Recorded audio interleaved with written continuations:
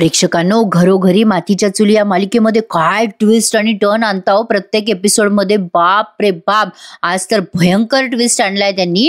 या सयाजीरावाने सारंगला त्याची कंपनी आणि घर गहाण ठेवायला लावलंय, बळजबरी कर्ज घ्यायला लावलंय ऍप्लिकेशन विकत घेण्यासाठी. ऐश्वर्याने अवंतिका आणि सौमित्राला जवळ बघितलंय एकमेकांच्या, त्यामुळे तिला जेलस फील होतंय. म्हणून ती अवंतिकाने अगदी मेहनतीने केलेले हलव्याचे दागिने तोडून मोडून टाकणार आहे. आता हा सिक्वल बघत राहा प्रेक्षकांनो, कसा झाला काय झाला, कारण आज एवढं जबरदस्त दाखवलंय त्यांनी की काय सांगू. तर घरोघरी मातीच्या चुली या मालिकेचा आजचा म्हणजे 17 जानेवारीचा भाग तुम्ही ऐकत आहात. तर सुरुवातीला बघा, ऐश्वर्याला खूप त्रास होत असतो. ओवी सगळ्यांशी तिथे सोफ्यावर गप्पा मारत बसली आहे ना, ते बघून आता जानकी जाणून बुजून ऐश्वर्याला डिवचते आणि म्हणते, बघ बघ, तुझा हाही पत्ता वाया गेला ग ऐश्वर्या. या दोघींना भेटण्यापासून आता कोणीच रोखू शकणार नाही ग ऐश्वर्या. या आजी नातींना भेटण्यासाठी कोणीच रोखू शकणार नाही. शेवटी काय असतं ना ऐश्वर्या, तुटलेल्या मनाच्या भेगा सांधायसाठी प्रेमच पुढे येतं ग. बघ बघ बघ, अगो त्याची सुरुवात किती गोड झाली आहे. ऐश्वर्याला इतका राग येत असतो जानकीचा, असं वाटत असतं हिला खाऊ का गिळू. आता ही जानकी म्हणते, बघ या गोष्टीची सुरुवात एवढी गोड झाली आहे तर शेवट किती गोड होईल. तुटलेल्या मनाला सांधण्यासाठी हा पहिला अध्याय सुरू झालाय ऐश्वर्या, आता तयार राहा तू. तर आता रात्र झालेली दाखवली आहे त्यांनी आणि आता ऋषिकेश आणि जानकी एकमेकांशी संवाद साधताय. जानकी ऋषिकेशला थँक्यू म्हणते. मग आता हा ऋषिकेश म्हणतो, थँक्यू का म्हणतेस. मग जानकी म्हणते, मी म्हटले ना तुम्हाला थँक्यू. आणि ऋषिकेश पण पटकन तिला सॉरी म्हणतो. आणि मग ऋषिकेश म्हणतो, तू सांग ना तू का थँक्यू म्हणतेस. जानकी म्हणते, तुम्ही सांगा, आधी मी विचारलं ना. ऋषिकेश जानकीला उत्तर देतो, सॉरी ग, मी रागाच्या भरात खूप वाटेल ते वागलो, ओवीला तुला बोललो, पण काय सांगू जानकी, अगं मला वाटलं ना तेच झालं. म्हणजे बघ, मला वाटतच होतं की मी ओवीला आणि तिच्या आजीला भेटायची परवानगी द्यावी. अगं मी शेवटी तुझं ऐकणारच होतो जानकी, हे मला माहित होतं, पण मी विनाकारण त्रागा केला म्हणून मी तुला सॉरी म्हणतोय. आता तू का थँक्यू म्हणालीस ते सांग बरं. जानकी म्हणते, कारण मला ना तुमचा खूप अभिमान वाटतोय ऋषिकेश. आज तुम्ही फक्त आजी नातीची भेट नाही घडवली, तर आज तुम्ही हे सिद्ध केलंय की रागावर प्रेमानेच विजय मिळवता येतो. ऋषिकेश, तुम्ही सगळा राग मागे टाकून ओवीला तिच्या आजीला भेटायची परवानगी दिली. मला खूप समाधान वाटतंय Rishikesh. Thank you thank you so much. आज सगळं चांगलं झालं बघा. अगदी तसंच नेहमी होऊ देत. जसं तुम्ही ओवीसाठी केलं ना तसं घरातल्या सगळ्यांसाठी. आता मात्र ऋषिकेश चिडतो आणि म्हणतो, नाही जानकी, नाही, घरच्यांच्या बाबतीत तू अपेक्षा करू नकोस माझ्याकडनं. आणि तसंही जानकी, सगळ्यांसाठी काही करायचा प्रश्नच येत नाही. माझ्या आजच्या वागण्यावरनं तू प्लीज गल्लत करू नकोस. ओवीसाठी मी एक पाऊल पुढे टाकलं खरी, पण माझी पावलं त्या घराच्या बाहेर होती. मी ना कधी त्या घरात जाणार ना त्या परक्या लोकांना कधी स्वीकारणार. आता ऋषिकेशने ठामपणे असं जानकीला सांगितलंय खरं, पण ऐश्वर्याचा संताप झाला आणि तो संताप जेलला बिचारा आपल्या सारंगने. ऐश्वर्या सारंगला म्हणत असते, त्या परक्या लोकांसाठी तुमच्या आईने. आता सारंग म्हणतो, ऐश्वर्या शांत व्हा ऐश्वर्या. ऐश्वर्या म्हणते, अहो ती ओवी परकी आपल्यासाठी तुमच्या आईला का कळत नाही. अहो त्या ऋषिकेश दादाने परवानगी काय दिली ओवीला भेटायला, तर पागल झाल्या तुमच्या आई. आता सारंगला काहीतरी बोलायचंय पण ऐश्वर्या त्याला बोलूच देत नाहीये. ऐश्वर्या म्हणते, का तुमची आई विसरते, त्या जानकीने नानांसोबत काय केलं, का विसरतात तुमच्या आई. अहो त्या वेड्या झाल्यात का. सारंग म्हणतो, अहो मी तेच सांगतोय ना तुम्हाला, ओवी लहान आहे हो, आणि कसं ना तिचा जीव आहे भरपूर आईवर. ऐश्वर्या म्हणते, मग जीव आहे आपला, आपण काय करायचं. त्या ओवीला का देव घरात बसवता आता, शी. आता शेवटी सारंग तिच्या जवळ जाऊन तिला शांत करत म्हणतो, अहो ऐश्वर्या, आपण त्यापेक्षा बाळाचा विचार करूयात ना. आता ऐश्वर्या त्याच्याकडे पाहून अजून संतापती ना आणि चिडून म्हणते, बाळाचा विचार आपण करायचा.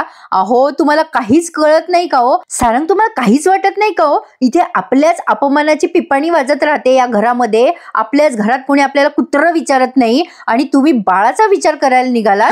अरे पण यांच्या घरात कुठे कुत्र आहे. आता पण ऐश्वर्या म्हणते, ती जानकी आणि ऋषिकेश त्यांना टेंडर मिळालं आणि त्या टेंडरचा ढोल वाजवता येते आणि तुम्ही बाळ व्हायचं म्हणून बसवा ढोल बडवत. सारंग म्हणतो, अहो असं नाही हो ऐश्वर्या, माझं ऐकून घ्या ना.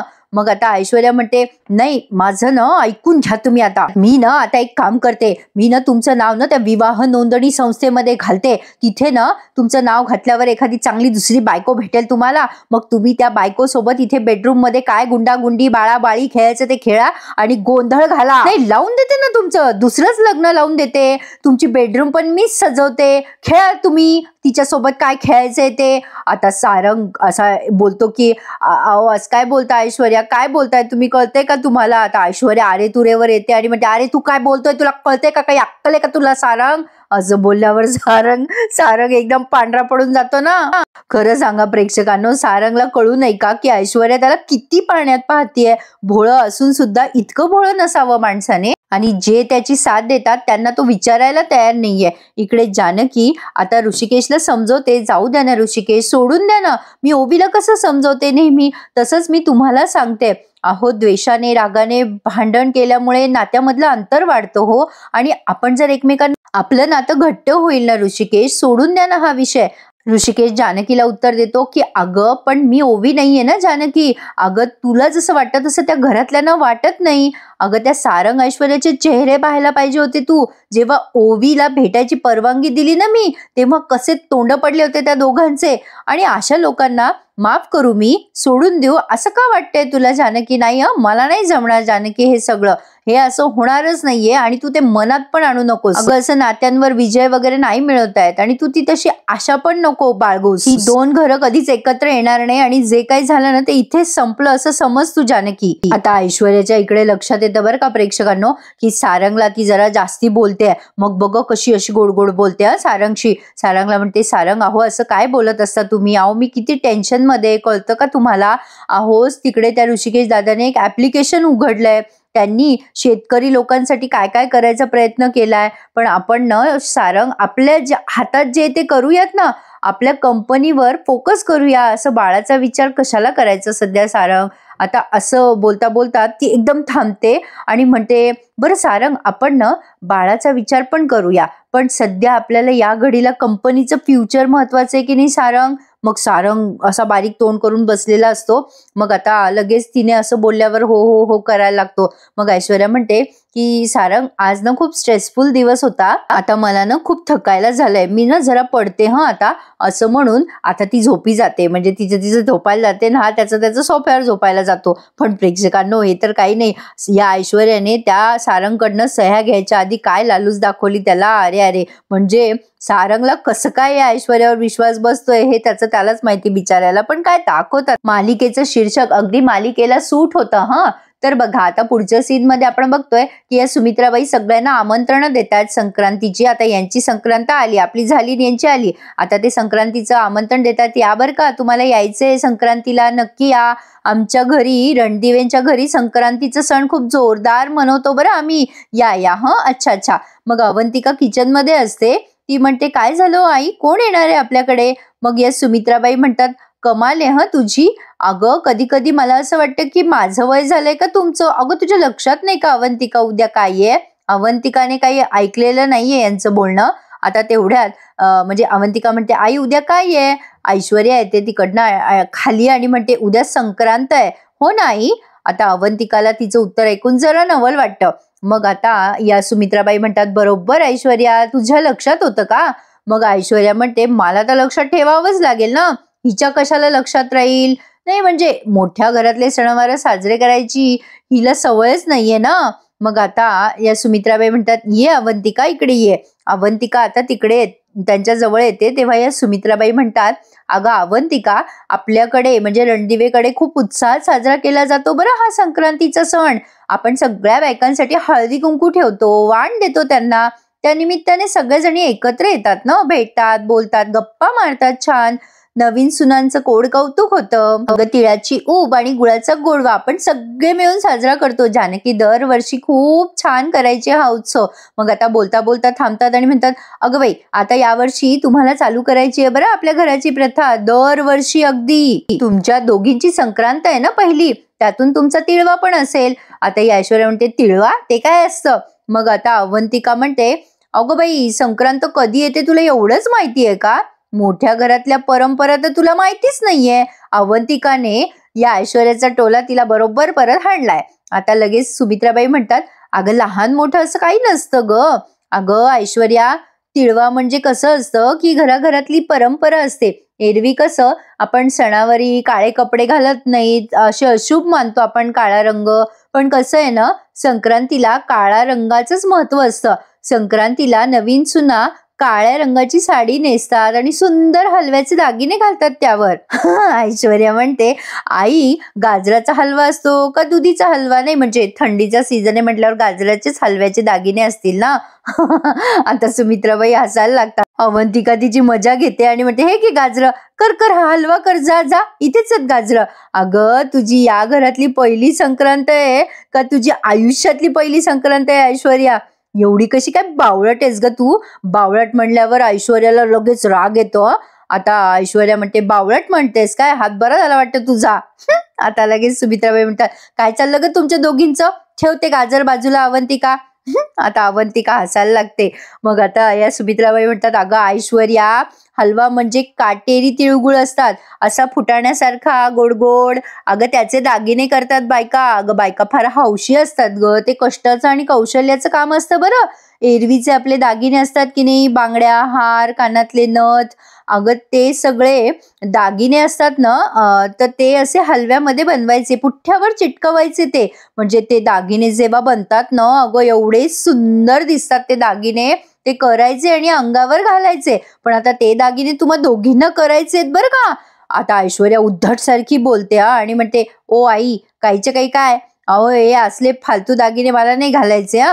आणि दुसरी गोष्ट म्हणजे या कार्यात मी इंटरेस्ट घेईल असं अजिबात वाटून घेऊ नका. मला बाकीचे खूप कामं आहेत. सुमित्राबाई म्हणतात, अगं बाई पण तुझा संक्रांतीचा सण आहे ना आणि तशी परंपराच आहे. ऐश्वर्या म्हणते, ते परंपरा वगैरे ठीक आहे हो आई, पण तुमचा सावत्रा मुलगा, त्याने आपल्या कंपनीवर जी संक्रांत आणली आहे त्याचं काय करायचंय? हे दागिने कोणीही बनवू शकतं हो, त्यात काय नवल. कंपनी कोणीच चालवू शकत नाही, त्यामुळे ती कंपनी मला चालवावी लागणार आहे. त्यामुळे असे फुटाण्याचे दागिने वगैरे बनवेल मी अशी अपेक्षा करू नका. नाही म्हणजे तुम्हाला फुटाण्याचे दागिने बनवायचे, तुमच्या मुलाला गुंडू फुंडू जन्माला घालायचा आहे, पण कोणीतरी खरं खुरं काम करायला पाहिजे ना. तर मला माफच करा आता, मला काही तुमच्या दागिने बनवण्याच्या हौशी स्पर्धेत सहभागी व्हायचं नाहीये. असं म्हणून आता सारंगला मोठ्या मोठ्याने आवाज देते आणि म्हणते, ही तुमची LLB सून आहे ना, ती करेल दागिने. सुमित्राबाईंना फार वाईट वाटतं ऐश्वर्याशी उद्धट सारखी बोलते तेव्हा. आता बघा ती सारंगला आवाज देते. सारंग येतो खाली आणि म्हणतो, हा हा चला चला ऐश्वर्या, उशीर झाला ना? अहो माझी टाय बरोबर लागली का? ऐश्वर्या म्हणते, त्या टायला सोडा आता, चला लवकर, आधीच उशीर झालाय. असं म्हणून त्या सारंगला असं हिडीस पिडीस केल्यासारखीच करते बाई ती आणि आता घेऊन गेली ती ऑफिसला सारंगला. मग आता ऐश्वर्या गेल्यानंतर सुमित्राबाईंना जरा वाईटच वाटतं. मग अवंतिका म्हणते, जाऊ द्या आई, तुम्ही कुठे लक्ष देता त्या आगाऊ बाईकडे? अहो ती आगाऊच आहे, जाऊ द्या, तिने नाही केलं तर नाही केलं, पण मी करते ना. अहो आई, आतापर्यंत जे जसं होत आलंय ना या घरामध्ये, मी अगदी तसंच सगळं करेल. हळदी कुंकू आणि तिळवा केल्यावर तुम्हाला बरं वाटेल ना, मग मी करते ना. झालं तर मग, अहो तुम्हाला बरं वाटणार असेल ना तर मी सगळंच्या सगळं करायला तयार आहे. अवंतिकाने तिच्या सासूचं मन राखलंय. तर आता पुढे बघा, या अवंतिकाचे दागिन्याचे हलवे राहतात का जातात? कारण तो एक मोठा प्रश्न आहे. आता चित्र काढत असते पतंगाचं, तेव्हा तो ऋषिकेश येतो तिथे आणि तिला विचारतो, काय करते सोवी बेटा? ती म्हणते, बाबा मी पतंगाचं चित्र काढते. तुला आवडतो ना पतंग? ऋषिकेश तिला विचारतो. ओवी म्हणते, बाबा खूप आवडतो मला पतंग. मग ऋषिकेश तिला म्हणतो, मग? आता ओवी म्हणते, बाबा आपण जाऊया ना पतंग विकत घ्यायला. मग ऋषिकेश म्हणतो, नाही नाही, पतंग वगैरे काही विकत घ्यायचा नाहीये, काही गरज नाहीये. आता ओवी जरा नाराज होते. तेव्हा हा ऋषिकेश तिला सरप्राईज देतो आणि पतंगासाठी लागणाऱ्या सगळ्या वस्तू तिला त्याने आणून दिल्यात आणि आता तिला सांगतोय की हे बघ, तुझ्यासाठी स्पेशल सगळ्या वस्तू आणल्यात मी, तू आता याच्यापासून छान पतंग बनव हा, आणि आपण दोघं तिघं मिळून उडूया. ओवी म्हणते, बाबा तुम्ही खूप स्मार्ट आहात. मग आता ऋषिकेश म्हणतो, अगं ते तर मी स्मार्ट आहेच ग. अगं पतंग तयार झाला की मी त्याला कन्नी बांधतो आणि तू फिरकी पकड, आपण मस्त वर वर वर वर उंच उडवू पतंग.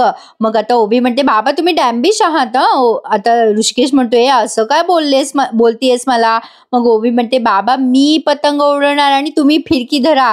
ऋषिकेश म्हणतो, आली मोठी, मी नाही फिरकी धरणार, मी कधी उडवू पतंग? मग ओवी म्हणते, आयडिया, आपण दोघेही पतंग उडवूयात आणि आईला फिरकी धरायला लावूयात. आता जानकी आतमधून म्हणते, येतंय येतंय, ऐकायला येतंय. तुम्हा दोघा बापलेकीचं काय चाललंय ना ते कळतंय. एकमेकांची फिरकी घेणं बंद करा आणि कामं करा कामं. आईला फिरकी देताय म्हणे. आता अशी गंमत जम्मत चालली आहे त्यांची. मग आता ऋषिकेश म्हणतो, काय ग ओवी, आज दिवस कोणीकडे उगवलाय? चक्क तुझी आई घरी आली आहे. काय ग बायको, काय करतेस? नाही म्हणजे खमंग वास सुटलाय म्हणून विचारतोय. मग आता जानकी आतून सांगते, तुम्ही संक्रांतीची तयारी करताय ना, तशी मी पण माझ्या संक्रांतीची तयारी करतीये. तिळगुळाचे लाडू बनवतीये. असं ऐकल्यानंतर दोघेही एकमेकांकडे बघायला लागतात. ऋषिकेश आणि ओवी, तिळगुळ? ओवी म्हणते, बाबा तिळगुळ. आणि मग या दोघही जण या जानकीच्या मागे मागे करतायत किचन मध्ये जाऊन. अरे वा, तिळगुळ असं म्हणून ह्या कढईजवळ आलेत दोघेही जण. जानकी त्यांच्या हातावर टपली मारत म्हणते, हात लावू नका दोघे जण, लाडूला नैवेद्य दाखवायचा आहे. तुम्ही दोघं जण बाहेर जा बरं. तुम्ही दोघं किचन मध्ये असले ना की मला सुधरत नाही काही. आता ऋषिकेश म्हणतो, असू दे ना ग, आम्हाला बघू दे ना कशी भाजतेस. आणि तसे आता लाडू बनवणारच आहे ना तू, आम्हाला एखादा लाडू खायला मिळेल ना. आता ओवी म्हणते, हो बाबा, झक्कास लाडू मिळणार. मग आता दोघे इमॅजिन करायला लागतात बरं का. ऋषिकेश म्हणतो, तिळगुळाचा एक लाडू आई आपल्याला देणार. मग ओवी म्हणते, तो लाडू आपण तोंडात टाकणार. यम्मी लाडू.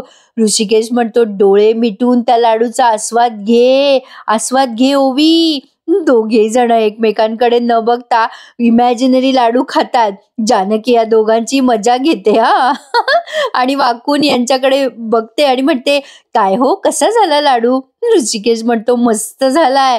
मग आता जानकी म्हणते, अगं बाई, मी काय म्हणते, तुम्ही दोघे जण असेच इमॅजिन करून लाडू तयार करा, खा आणि कसे झाले ना मला सांगा. मी काही लाडू बिडू बनवत नाही आणि मेहनतही करत नाही. थँक्यू. आता ऋषिकेश म्हणतो, ए यार जानकी, चिटिंग आहे ही.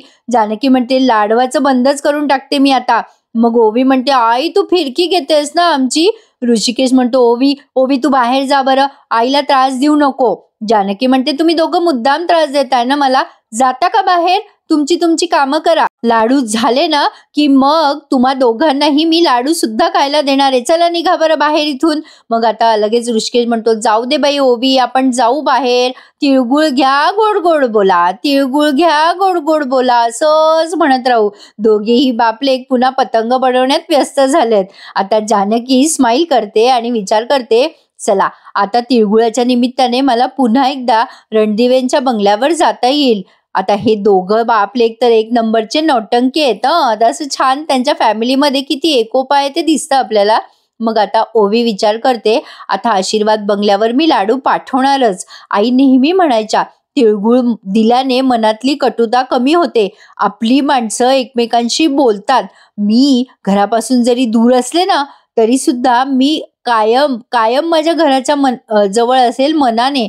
आता असं ठरवते ती आणि लाडू पाठवायचे असेही ठरवते. आता पुढे बघा प्रेक्षकांनो, हा आजच्या एपिसोडचा मेन सीन आहे. खूप मोठी दाखवली हो आज मालिका. बाप रे, सांगून तोंड दुखतं हो प्रेक्षकांनो. एखादा लाईक करत जा की मेहनतीला. छान वाटतं तुमचे लाईक आले की. आता सारंग जवळ एक मोठं फॉर्म दिलाय सयाजीरावाने आणि आता सयाजीराव सारंगला म्हणतो, घ्या जावाई बापू, करा सया याच्यावर. अहो, या पैशाने आपल्याला सगळं बुडालेलं म्हणजे नुकसान भरून काढायचंय. एवढे लोक कधीच जागेवर पैसे देत नाहीत बरं का आजकाल. मग लगेच सारंग म्हणतो, काय जागेवर पैसे म्हणजे काय म्हणताय तुम्ही? कशासाठी पैसे घ्यायचेत आपल्याला? आता सयाजीराव म्हणतो, कमाल करता जावाई बापू, अहो कंपनीच्या खिशाला भोग पडलाय ना आणि विचारतायत की पैसे कशाचे? हो, असं कसं विचार करताय तुम्ही? मला सांगा, तुमच्याकडे पैसे आहेत का? कुठून ऐन वेळेवर पैसे उभे करणार आहात तुम्ही? काय ग आयशू बेटा, तू सांगितलं नाही का सारंगरावांना? मग ऐश्वर्या लगेच म्हणते, नाही सारंग, अहो म्हणजे तुम्हाला सांगायचं राहिलं होतं मला. मग सयाजीराव म्हणतात, काय ग ऐश्वर्या बेटा, तू सांगितलं नाही का जावई बापूंना? ऐश्वर्या म्हणते, डॅडा मला असं वाटलं तुझ्याकडून कळलेलं कधी बेटर राहील. सारंग म्हणतो, काय झालंय काय नेमकं? सयाजीराव म्हणतात, अहो नाचक्की झाली आपली त्या ऋषिकेश जानकीबाई, त्यानं ते ऍप काढलंय ना.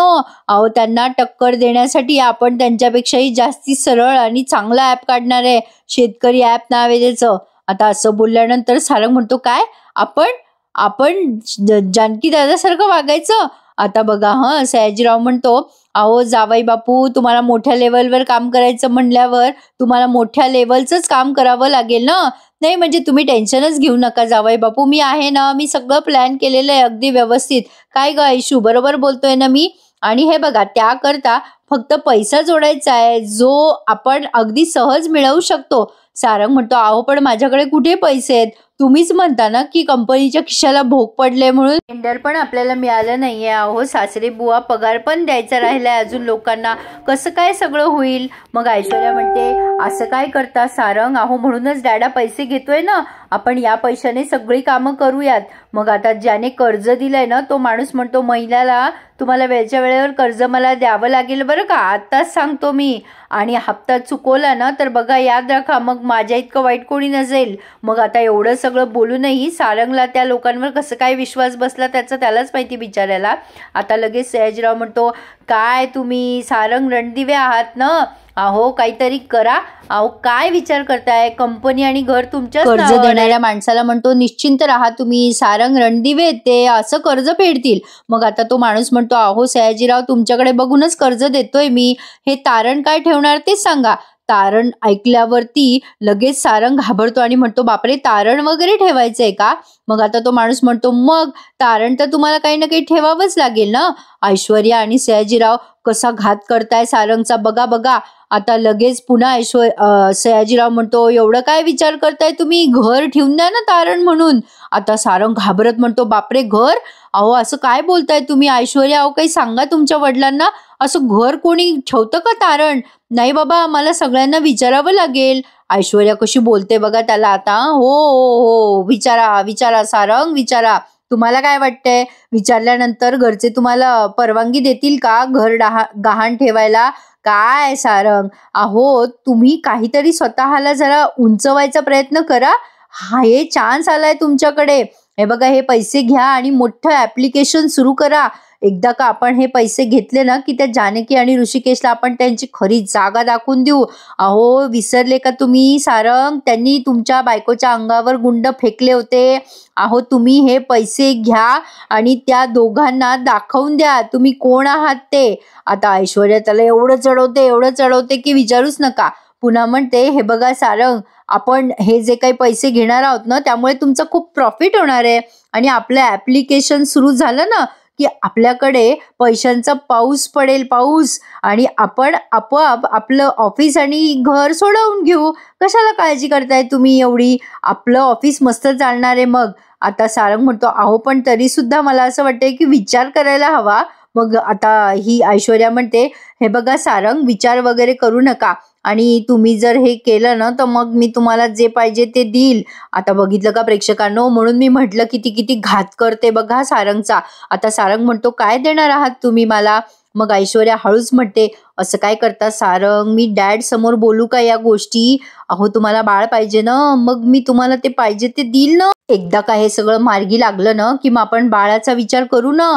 पण आपण बाळाचा विचार करायच्या आधी बाळाचं फ्युचर सिक्युअर करायला पाहिजे की नाही, असं आमिष दाखवलंय मुद्दाम ऐश्वर्याने.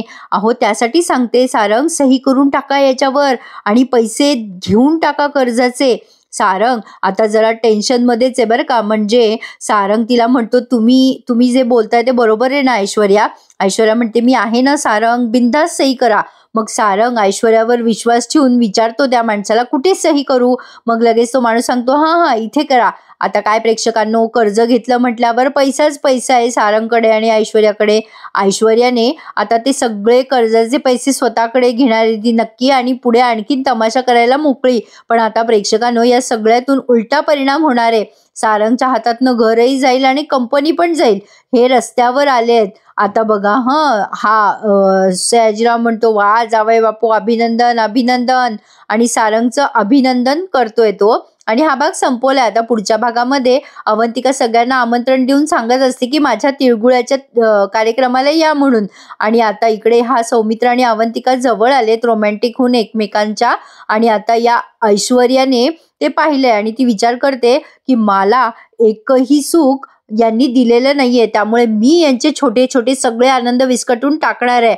आता हा ऋषिकेश गेलाय सारंगसाठी रिक्वेस्ट करायला सयाजीरावांकडे. सारंग लेकरू आहे, त्याला काही कळत नाही, त्याच्यासोबत असा व्यवहार करू नका. पण सयाजीराव म्हणतो लेकरू असो का कोणी असो, आपण कोणाला भीक देत नाही, असं तो डायरेक्ट बोलतो त्या ऋषिकेशला. आता बघा प्रेक्षकांना ओवीचा पण ऍक्सिडेंट होतो की काय असं वाटतंय. बघूयात पुढे काय काय घडतंय. माझा असा अंदाज आहे प्रेक्षकांनो, कारण खरी विल ही नाहीच आहे, सारंगच्या नावावर काहीच नाहीये. जेव्हा खरी विल हाती लागेल तेव्हा यांचं सगळे प्लॅन फ्लॉप होणार आहेत. पण हे दाखवायला अजून बराच अवकाश आहे असं वाटतंय. तर आजचा भाग छान वाटला ना, खूप मोठा होता. बाप रे, एखादा लाईक करायला विसरू नका. आवर्जून चॅनल सबस्क्राईब करा आणि बघत राहा घरोघरी मातीच्या